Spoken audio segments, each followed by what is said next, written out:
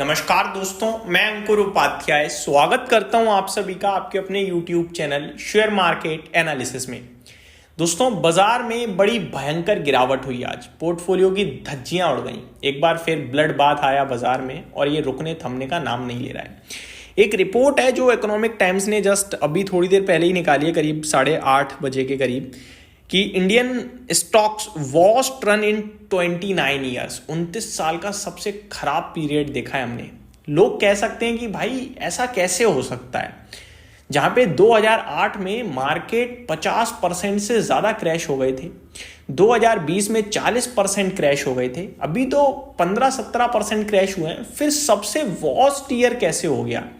दोस्तों, इसके पीछे रीजन है, उस समय मार्केट हमारा बहुत छोटा था पैसों के मामले में। जब अब लूज किया है ना हमने, तो बहुत बड़ा है।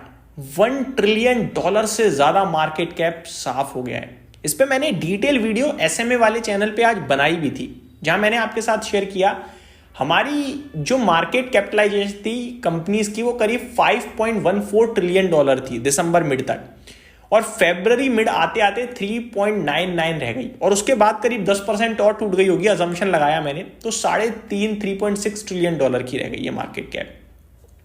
$1.5 ट्रिलियन का मार्केट कैप साफ हो गया। ये कुछ इस प्रकार है, अगर आपके पास 20 रुपए हैं और 50% टूट जाओ आप, तो 10 रुपए का नुकसान हुआ, लेकिन परसेंटेज टर्म्स में 50% गिरे आप।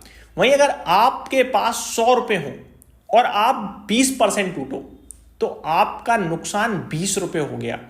परसेंटेज टर्म में पहले 50% घटे थे आप, अभी 20% घटे हो, लेकिन पहले 10 रुपए का नुकसान था, लेकिन आज 20 रुपए का है। इसी प्रकार पहले बाजार का मार्केट कैप काफी छोटा था, अभी काफी बड़ा हो गया, अब वो क्रैश हुआ है। ये जो $3.6 ट्रिलियन या 3.9 3.8 जो मर्जी कह लीजिए, 2030 तक इसको $10 ट्रिलियन की बात करते थे हम लोग, सरकार करती थी, रिपोर्ट्स छपती थी 2024 शुरू में, 23 के अंत में, तब लगता था डबल होगा 2030 तक। अब करंट वैल्यू से डबल नहीं, ट्रिपल होगा अगर उसी टारगेट को रखा अभी तक। तो $10 ट्रिलियन की अगर इकोनॉमी बनेगी हमारी, तो यहां से पैसा 3 गुना होगा 2030 तक। और नहीं बनेगी तो सरकार के सारे वादे झूठे, जो आंकड़े थे सब गलत। लेकिन ऐसा नहीं होगा, 30 में बने ना बने, 31 में बनेगी, 32 में बनेगी। ये समय पहले भी आया है, आगे भी आता रहेगा। ये मैंने आपको आंकड़ा इसलिए बताया सो दैट आप इकोनॉमी के हिसाब से सोच पाओ, अपनी पोर्टफोलियो को थोड़ा साइड में रख के। पोर्टफोलियो देखोगे, हर सेकंड देखोगे, वो दर्द देगा भाई, वो नहीं जीने देगा आपको, मत देखो यार उसे। अब डेटा पे आते हैं। डेटा जीडीपी का आया है। पहले मैं Q3 के जीडीपी का आंकड़ा बताना चाहूंगा। 6.2% पे आया है, 6.3% का अनुमान था, तो 5.4% से बढ़कर आया है। तो अनुमान से हल्का कम रह गया है, बट फिर भी ठीक ही है, आप ये कह सकते हो, बट वीक है थोड़ा अनुमान के सामने, तो ये थोड़ा दिक्कत का विषय है। बात करें अगर फिस्कल डेफिसिट की, तो ये थोड़ा बढ़ गया है, तो ये खराब है। 9,140 बिलियन का था पहले, अभी 11,695 बिलियन हो गया है। आगे अगर देखा जाए रिजर्व्स की बात करें, फॉरेक्स रिजर्व्स की, तो डॉलर में है $640.48 बिलियन। वहीं अगर बात करें पहले, तो $635.72 बिलियन थे, तो ये थोड़ा इंक्रीज हुआ है, अच्छी बात है। इंफ्रास्ट्रक्चर आउटपुट की बात करें तो 4% से बढ़कर 4.6% हो गया है, तो ये और अच्छा है। बात करें अगर ग्लोबल मार्केट्स की, यानी कि पहले अमेरिका की बात करते हैं फिर ग्लोबली आएंगे, तो अमेरिका का भी इन्फ्लेशन डेटा आया है जो कि इनलाइन है, ठीक दिख रहा है। इसीलिए डाउ देखोगे तो 250 पॉइंट ऊपर है, 0.6% की तेजी है। नेस्डैक इंडेक्स 1/4% ऊपर या फ्लैट टू पॉजिटिव कह लीजिए।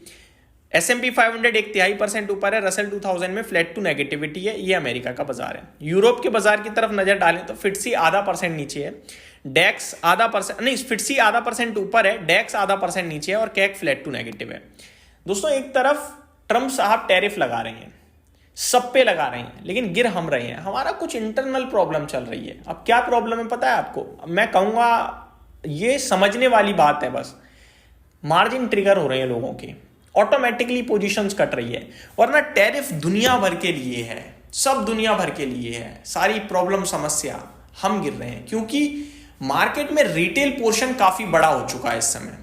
नए डीमेट अकाउंट जो आए थे, नए इन्वेस्टर्स जो आए थे, वो सब पैनिक कर रहे हैं। पहली बार गिरावट देखी, नहीं झिल रही है, बर्दाश्त नहीं हो रही है, और ये बाजार को गिरा रहे हैं।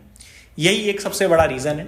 बाकी जितनी भी चीज़ें हैं वो सब ऐसी हैं जो पहले भी होती रही हैं, होती रहेंगी, बट ठीक है, गिर रहा है, यही कह सकते हैं हम। आगे बात करें FIDIs के डेटा की, तो ये डेटा आज बड़ा इंटरेस्टिंग है, आपके साथ मैं ऑलरेडी डिटेल में डिस्कस कर चुका हूं अपने दूसरे चैनल पे। FIDIs का डेटा आज आपको जो बहुत बड़ा दिख रहा है उसके पीछे रीजन है MSCI इंडेक्स में जो रीबैलेंसिंग हुई है। बहुत सारे स्टॉक्स अंदर आए हैं, बाहर गए हैं, वेटेज बढ़ाए, वेटेज घटाए, बाकी कोई एडजस्ट, मतलब ये आज का डेटा पूरा एडजस्टेड है। कोई फाइनली आप ये नहीं कह सकते कि ये मेन डेटा है, इतना खरीदा उतना बेचा, ऐसा नहीं कह सकते आप। आगे बात करें कि गिर क्यों रहा है बाजार, तो मैंने जैसा कि कहा इसका रीजन नहीं है यार। कोई कह रहा है ट्रम्प साहब का फियर है, वो तो यूरोप के लिए ज्यादा है, उन पे तो लग चुका, हम तो फिर भी अभी अछूते हैं, अप्रैल में लगेंगे, तो गिरना तो उन्हें भी भयंकर रूप से चाहिए था, बट नहीं गिर रहे वो। हम ही क्यों गिर रहे हैं? मुझे लगता है एक मोटा मोटी समझने वाला रीजन ये है कि रिटेल शायद प्रॉब्लम में है इस समय। अगर आप रीजंस पूछे तो ट्रम्प का फियर है, रुपी कमजोर हो रहा है, ये इकोनॉमी के लिए काफी खराब है, क्योंकि डॉलर में सौदा होता है। इसके ऊपर मैं डिटेल वीडियो आपके साथ ऑलरेडी शेयर कर चुका हूं, अंकुर उपाध्याय SMA पे। अब आगे क्या होगा ये भी सवाल उठता है। दोस्तों एक ही चीज बोलना चाहूंगा कि आगे क्या हो रहा है इसको आप मेरे से अपने आप से मत पूछो, इतिहास से पूछो। इतिहास क्या कहता है? हमारे पास जो कॉपी किताबें हैं, जो लिखते हैं हम, क्यों लिखते हैं, क्यों कहते हैं कि हम बुक लिख रहे हैं? ताकि कोई पढ़े और सीखे। इतिहास से हम हमेशा सीख सकते हैं, वरना दूसरी तरफ ये भी कहते हैं पास्ट को देख के क्या आप सोचो आगे का, है ना। तो इतिहास इसलिए लिखा गया है ताकि आप उन गलतियों को ना दोहराओ, उनसे सीख सको। तो हिस्ट्री या इतिहास तो यही कह रहा है भाई कि जब गिरता है बाजार बहुत शार्प गिरता है, लेकिन वापस से तेजी आती है। ऐसा कोई फॉल नहीं है जो उस फॉल से पहले जो हाई हो वो हाई ब्रेक ना हुआ हो। हर फॉल के बाद फ्रेश हाई आई है, इस फॉल के बाद भी आएगा। अब सवाल ये कि ये फॉल कितना लंबा चलेगा, इसका जवाब भाई साहब इस संसार में कोई नहीं दे सकता, कोई नहीं दे सकता। सब अनुमान लगाते हैं, गणित लगाते हैं। अनुमान और गणित तो कह रहा है मार्केट फुल्ली ओवरसोल्ड है, बस इससे ज्यादा कुछ भी नहीं है। अब ये और गिरेगा, गिर जाए भैया, पोजीशन कटती जा रही है, और क्या है। इसी तरीके से मैं आपके साथ डिटेल शेयर कर सकता हूं जो मैंने करी। पर्सनल लेवल पे मैं यही कहूंगा, समय बिता दो बस कैसे भी करके। आप भी यहीं हो, हम भी यहीं हैं, बैठे रहेंगे, बाजार ऊपर जाते हुए देखेंगे। लेकिन ये समय पेनफुल है आपके लिए, मेरे लिए, हम सबके लिए झेलना पड़ेगा बस। Thank you so much for watching this video. Good night guys.